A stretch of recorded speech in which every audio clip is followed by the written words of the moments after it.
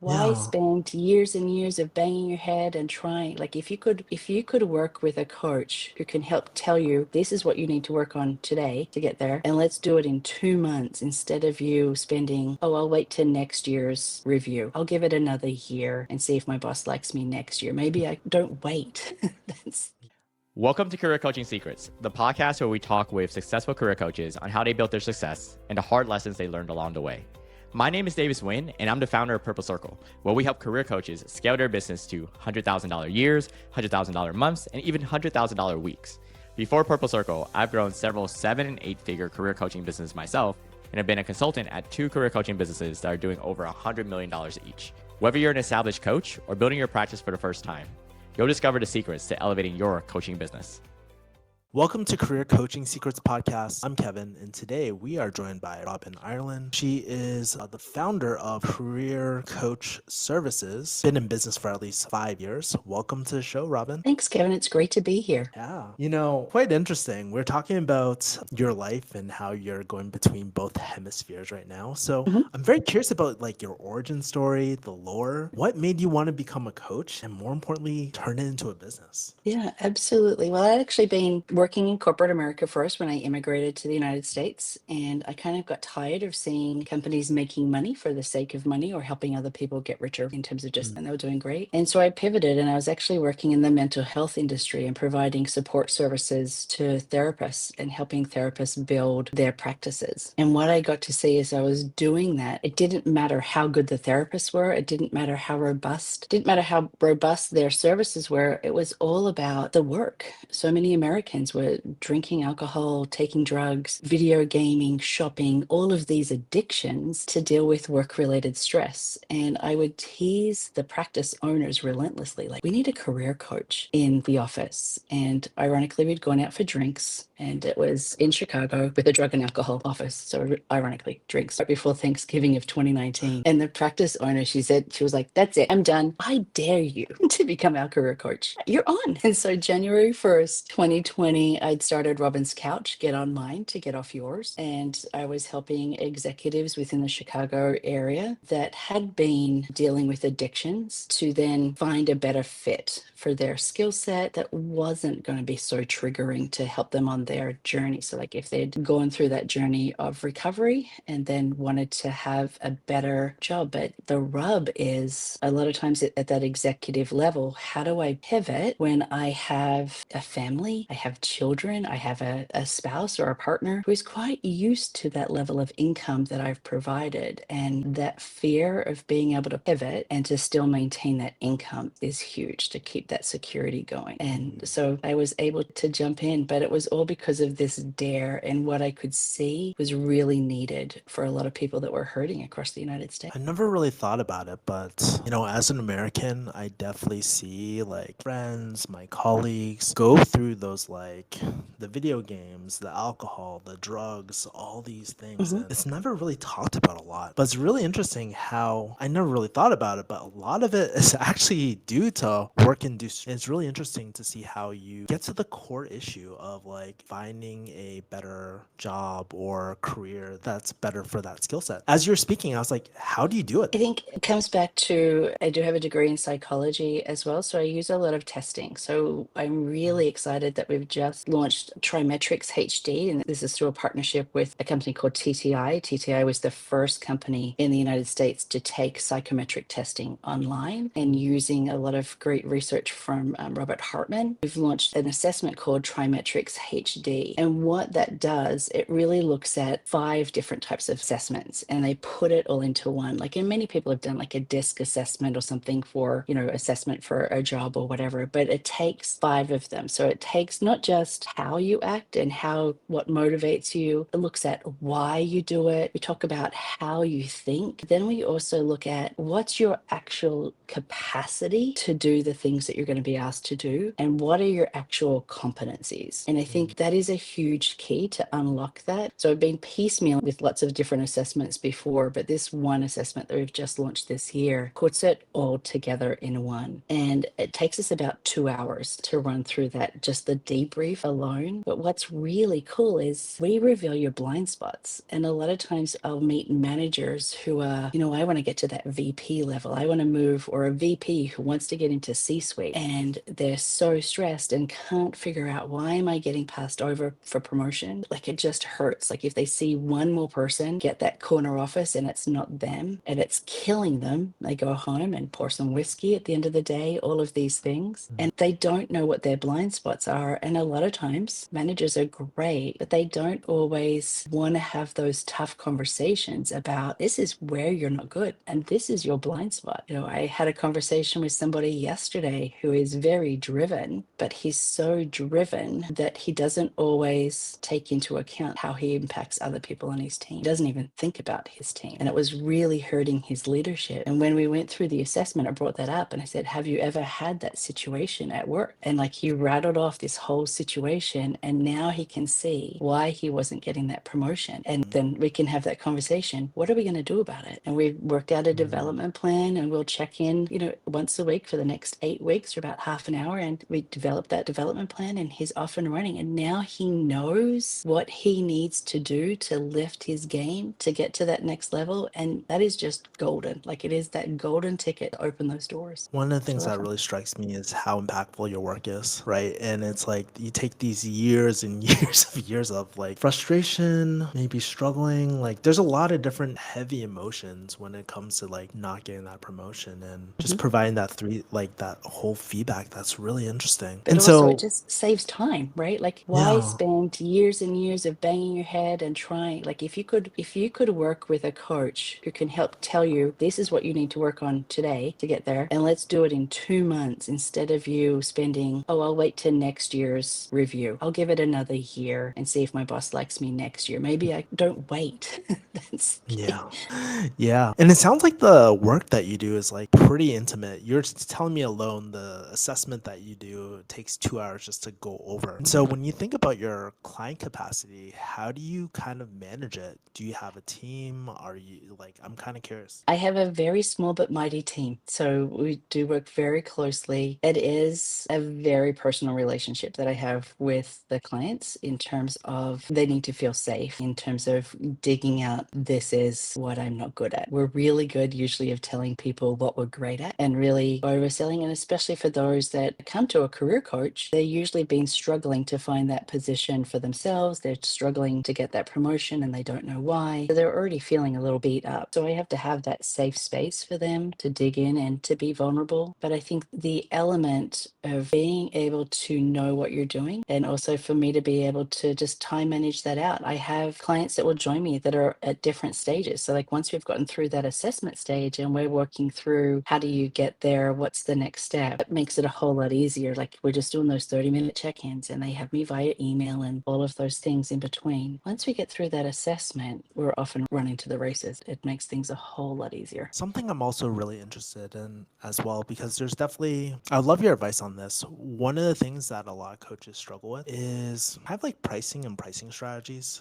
And especially in your line of work, there's such heavy emotional gravitas. And I always think like, oh yeah, like value is kind of subjective sometimes. Of course, you don't have to give any hard numbers, but when you structure your pricing, how do you think about it? Is it project based, go toward value based, a retainer? Like, I'm kind of curious about the pricing models that you've leaned toward over the years. Yeah, I think I really started out like many coaches, and you think it's product based at the beginning. And because, and again, like everyone, right, when you're starting a business, you're doing something new, there's that hesitancy about what is the value that I'm bringing. But as I went through and realized I needed to adjust my pricing to be value based. And what was really interesting, even when I raised my prices, pitching a client that was at the new level of the value based pricing, and he wanted to talk to somebody else that I've worked with, because it's an investment. So can I actually speak to a live person that you've actually worked with? And so I went back to one of my clients that I had worked at in terms of the project, and she said, absolutely, I'll talk to him. Like, you've been an absolute godsend in my life. I don't know what I would have done without you. And I said, well, I want you to know I've actually tripled my prices. So if he asks you about the money, what I learned from working with you, it was that my work has a lot more value. And she said, absolutely, I would have paid 10 times. If I'd known now when I started working with you and you told me 10 times the amount, I would have absolutely paid it. And now as I'm working with this client, he actually told his wife recently, he said, you know what, if I had to pay Robyn triple the amount that I'm paying her now, I absolutely would, because I don't know how I would have navigated this transition without her experience. So That's very, it's fun. yeah, because, you know, it's one thing to just talk about that actual, what that transition looks like. But one thing that you're really good at is actually painting the emotional journey of what it's like transitioning as well. So, man, that's so interesting. And so, like, I guess, like, one of the other questions I have is, like, okay, let's kind of talk about the marketing for a second. Like, how are these people finding you? Is it like referral? Like, are you doing some sort of marketing campaigns? I'm very curious. So a lot of the leads that I get are through LinkedIn, and those leads come in fairly regularly. I do have a marketing team that will handle a lot of that for me, and I am so grateful for them. And I think that was probably one of my wisest decisions that I ever made, was to outsource. A lot of career coaches think they have to do everything themselves and they have to be the expert at everything, and you don't. I know my lane. I'm a great coach. I hate the self promotion element of parts of LinkedIn, and it's me, me, me, me, me, me. That is not me. It makes me feel uncomfortable. I am much more, even though I speak to people all day long, I am much more of what I would call an introvert. I am much more the analytical person. I am much quieter than that. So it's great to have somebody else to do that for me. And the number of people that have just seen the consistency of my content, have seen the testimonials from clients. And that gets tricky as well, though, because there's a lot of people in that career coaching don't necessarily want to say out loud, hey, Robyn helped me get here. You know, that's like, oh, I needed to use a career coach. But the people that do, I'm so grateful for their testimonial in terms of making sure that we can get there. Absolutely. Yeah. The other thing I'm thinking about as well, because you've been in the business for 5 years and clearly your clients are very happy with the work that you're doing. Yes. Like you said, one of your clients was like, I'd be happy to pay you 10 times more if I knew what I knew now.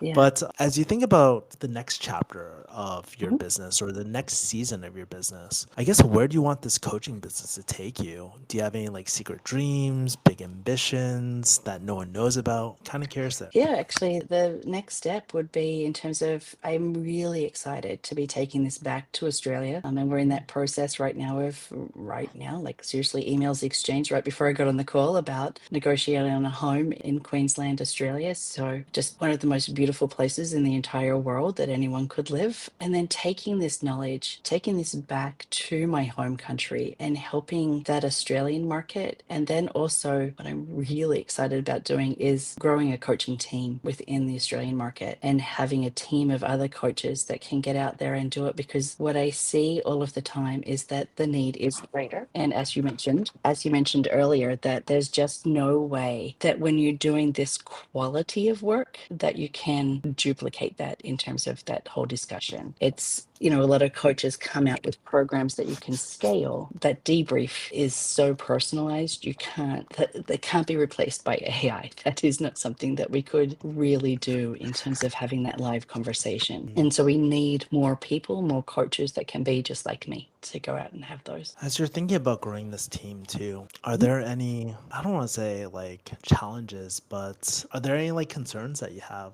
like, or late night thoughts as you're thinking about growing this team in Australia? Consistency and quality is absolutely that element, like ensuring those pieces. But I think from my industrial psychology background, so in terms of training and development, that is something that is my wheelhouse and my background as well. So I know that my systems that I have in place are really duplicatable. I like to keep things simple. I'm very much an Australian at heart. We're very low key. We like to keep it simple. We like to work and we like to achieve things. We're very ambitious. We don't like to be sought out as being like the me, me, me. Like we in Australia, we call it the tall poppy syndrome, where if you become that tall poppy, if you're standing out above the rest, the Australian nature is we will cut you down. We'll cut down every tall poppy. It's just, you don't want to be that person. So we like to be that quiet, Low consistent key. worker and keep it low key, but we're just quietly ambitious on the inside. So it's really fun, though, to be able to know that as we grow this team, what I tend to focus more on is the impact that we'll get to have within the Australian market. Because here's the other piece: when a company has somebody that's on their team, the gift is to that company. When they hire one of my clients who's been through this process, who's done that hard work of what are my gaps? This is how I address them. They've already learned how to have a tough conversation about gaps with me. So if they're managing and leading others, they are much better equipped at having those conversations with their team. They can talk to their bosses about some of those tough things, but they can actually strategize and plan their career in a very different way. And I think career coaching is really one of those secret sources in life that not everybody invests in, but those who do have that huge opportunity. And I'm really excited to bring that back to Australia because it's the productivity that the companies get from my clients is just amazing. Yeah, I can sense the impact being the driving factor for all this too. I'm curious though, like there's a lot of great things going for you, but are there any challenges that you're kind of experiencing as well, like as you're going through this? Like maybe some things that people might not be able to see outside looking in. I think the greatest challenge is always maintaining that balance. Like I'm a mum first and foremost in my Oh. life. So I have two kids. My oldest just graduated college and is having a gap year and going back to do his PhD next year. And my youngest is a senior in college this year. So even though it's juggling that time, so I have aging parents in Australia as well. So it's taking care of my aging parents. I've got kids in college and bouncing back and forth between both hemispheres to be able to be there. I mean, my youngest is a dance major, so I'll be Oh. back for all of the dance performances because it's the joy of being the dance mum. But I get to do that now. But it's always that element of what are the most important things that I need to get done today? Where do I need to be? Where does my energy need to be for this week? And how are we going to make it happen? All right, Robin, I want to play a game with you now. As you know, it's through the lens of business investments, by the way, because as you Okay. know, a lot of coaches, they invest into things like coaching, marketing, like in your case, team members, a lot of different things, right? What I'd like to do is just, I'm going to prompt you 4 different phrases, and you just tell me the Mhm. first thing that comes to mind, okay? Your first business investment that you remember. My website. Do you remember where you got it from? Was it GoDaddy or something like that? Yeah, GoDaddy website. Last GoDaddy. business investment you made. My business coach. Ooh, how did you go about making that investment for your business coach? She was recommend. So I work with Carrie Kaufman from Action Coaches, and Carrie's amazing. She was referred to me through a friend in terms of her experience in helping business owners. She doesn't just work with coaches; she works with all kinds of different businesses across. And what is amazing is I do this workshop with her every 90 days, and I get to partner with other businesses. And so sometimes it's other coaches, sometimes it's other career coaches, but it could be solopreneurs in, like this week, there was an artist, an AI tech startup. Like it can be all kinds of businesses. And as we work through and work on our 90-day plan together, we're sharing in like little breakout rooms what our challenges are, what we're working on, and we get to lean in on each other. And what's your experience? What's your advice? And that community that Carrie's created within Action Coach is just been amazing. And it helps give me to get over that challenge that I have of what is really important that I need to do. So working out that next 90-day plan with Carrie is just the best thing that I've done. So we just had that a week ago. So And these might overlap, by the way, but best mhm, business investment you made. I would say my marketing team.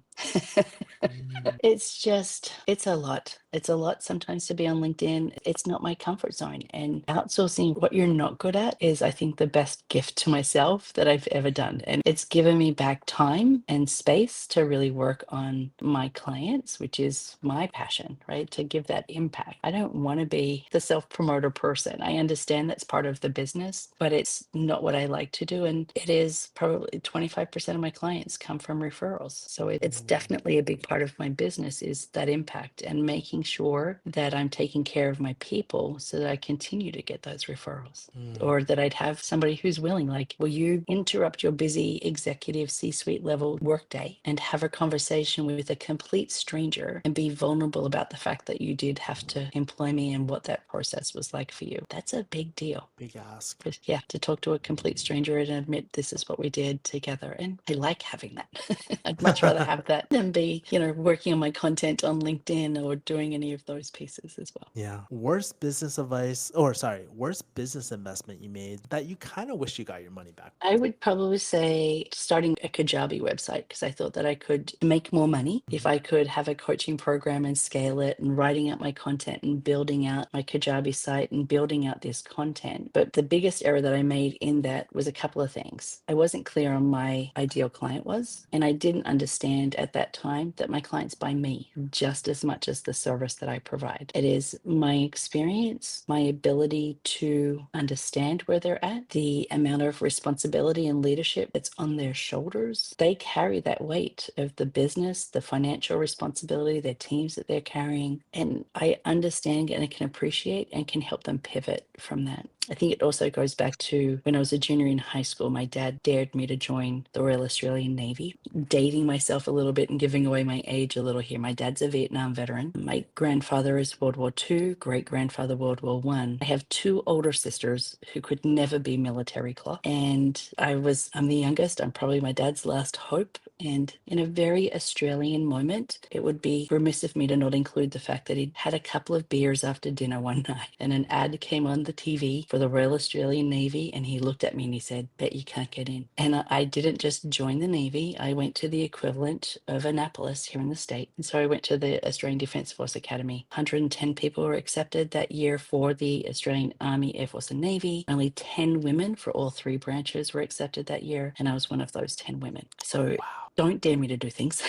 It's the take away from the conversation, maybe. But it's that experience of the leadership lessons I think that I learned, and that experience of serving in the military. And I understand and can carry the weight of some of the decisions that the people that I'm working with need to make as well. The good news is, for most of them, no one's going to die based on the decisions that they. I guess in this modern day, yeah, you're right. Yeah, and it's funny because you mentioned the Kajabi thing, right? And given the gravitas of what people are kind of going through, these people, your clients, look at you as the trusted advisor. And when I think about like a Kajabi self-paced course, it's like you can't really get a trusted advisor from that. So it's just really, really interesting hearing that business. I love your focus on the impact of your clients and all that too. So yeah. All right.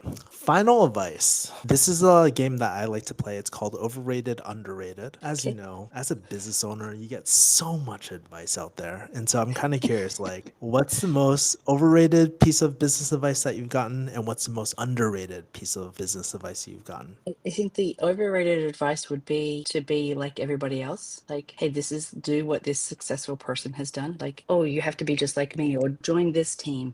We're successful. You need to join us and you need to do it just like us. You can do it your way and be passionate about doing it your way and be successful. Like, if you have 1,000 people paying $1.99 and you want to focus and spend that time with clients and have that relationship, which is what most coaches want, do it your way. But you have to be very clear about how you're going to make that happen.